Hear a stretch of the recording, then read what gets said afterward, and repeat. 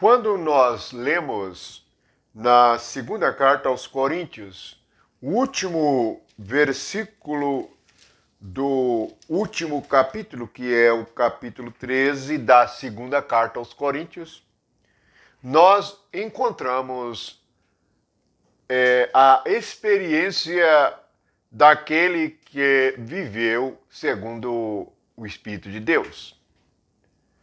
A expressão que temos no versículo 13 deve ser a experiência de todos os que creem, pois esta é a bênção da fé. É o resultado de uma fé que produz fruto. Nós precisamos experimentá-la em toda a sua plenitude. Na realidade, em Efésios, diz que nós devemos experimentar toda a plenitude de Deus. Isto é a plenitude de Deus.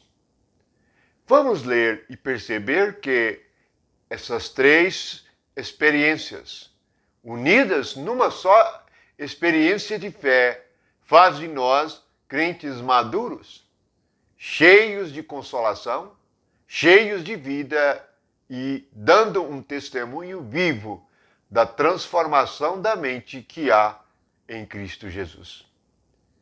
É assim que está escrito. A graça do nosso Senhor Jesus Cristo e o amor de Deus e a comunhão do Espírito Santo sejam com todos vós. Podemos ler este versículo ou tê-lo ouvido e assim rapidamente não percebemos o que ele contém. Primeiramente, nós prosseguimos na graça. A graça é do Senhor Jesus Cristo. Por quê? Porque nós vivemos a era da graça. Neste tempo, o Senhor Jesus deseja que todos vão até Ele e alcancem a salvação que há nele e a experiência da vida eterna. Graça porque é Deus vindo através de Jesus para salvar-nos. Salvar-nos do quê? Do pecado. O pecado nada mais é que a natureza humana, a natureza caída. Jesus está efetuando por meio da graça uma salvação completa. O Espírito nosso está vivo com o Espírito Santo. Nossa mente, vontade e emoção estão sendo renovadas todo dia para que possamos entender, compreender, amar e adorar o único Deus verdadeiro em nosso espírito. Pois a graça é Deus conosco, Emmanuel, Jesus Cristo. Por fim, a graça se manifestará também no nosso corpo mortal, pois a ressurreição da carne é certa, como nós vivemos e experienciamos agora a ressurreição em nosso espírito e em nossa alma. Vamos recordar que, pela graça de nosso Senhor Jesus Cristo, o véu foi rasgado. O acesso a Deus foi aberto e ele se tornou um caminho para conhecermos o único Deus verdadeiro que está em nosso espírito e nos foi dado desde Pentecoste. Na realidade, esta graça é imensa. Essa graça não tem como de ser explicada, mas deve ser experimentada pela fé. A segunda coisa é o amor de Deus. Veja que João diz na sua carta que Deus é amor, e aquele que ama conhece a Deus. Portanto, o pecado que fez a diferença e traz a diferença entre os seres humanos, diferença social, diferença econômica, diferença intelectual.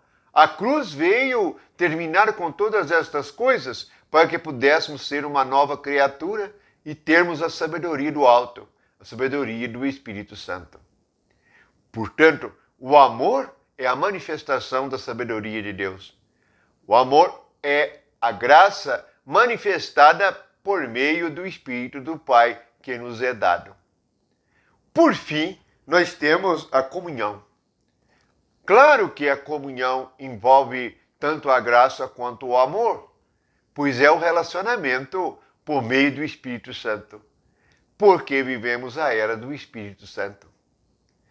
Se nós percebermos a Bíblia como é manifestada, nós temos a era do Pai até o fim da era dos profetas. A era do Filho, na manifestação da sua encarnação. E em Atos começa a era do Espírito Santo, onde o Espírito Santo traz, por mandato do Pai, no Filho, toda a obra daquele que se encarnou, morreu e ressuscitou, para que pudéssemos ter a comunhão com o Pai. Portanto, o que temos? Nós temos uma bênção em plenitude. Graça, amor e comunhão. Graça, amor e comunhão. Perceba o que é a vida cristã. A vida cristã não é uma fé cega num Deus que não responde. É uma realidade interior, onde a experiência da graça manifesta-se pelo amor de Deus e pela comunhão com o Espírito Santo. Portanto, a fé que não manifesta estas coisas, ou que não leva a esta experiência, pode estar sendo como uma fé inoperante, ou apenas uma fé religiosa numa situação em que a carne vive no lugar do Espírito e opera no lugar daquele que deveria ser o dominador único de nossas vidas. Bendito seja Jesus Cristo, aquele que nos trouxe toda esta realidade, tanto do amor quanto da comunhão. Assim, nós prosseguimos firmes. E prosseguimos porque nós temos experimentado a graça, o amor e a comunhão com o Espírito Santo.